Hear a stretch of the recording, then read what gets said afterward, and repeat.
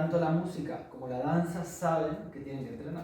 Hemos estado conversando acerca de cuestiones vinculadas a la escena, sobre todo a la creación de obra. Primero, los primeros días estuvimos trabajando, bueno, yo estuve compartiendo con ellas y ellos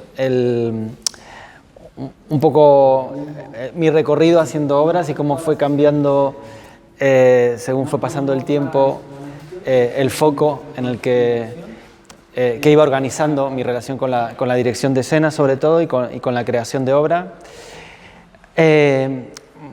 Tuvo bastante que ver con compartir lecturas, compartir algunos textos que para mí fueron muy reveladores y que sobre todo 3 de ellos de alguna manera afectaron mi modo de hacer obra y de alguna manera por esto me cambiaron la vida. Y luego hoy ya pusimos un poquito en práctica algunas de las ideas que en general están presentes en los ensayos cuando estoy en el proceso de creación de una obra.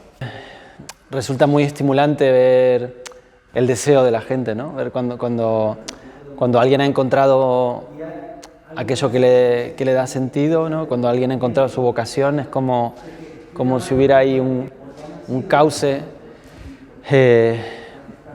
por donde conducir la vitalidad, ¿no? Un lugar en donde poner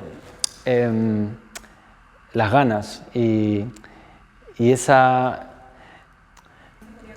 deseo en movimiento siempre es muy estimulante de ver y muy contagioso. Y según uno se va haciendo mayor,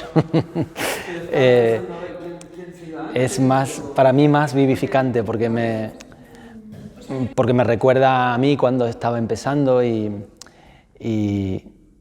me recuerda por qué sigo haciendo esto, ¿no?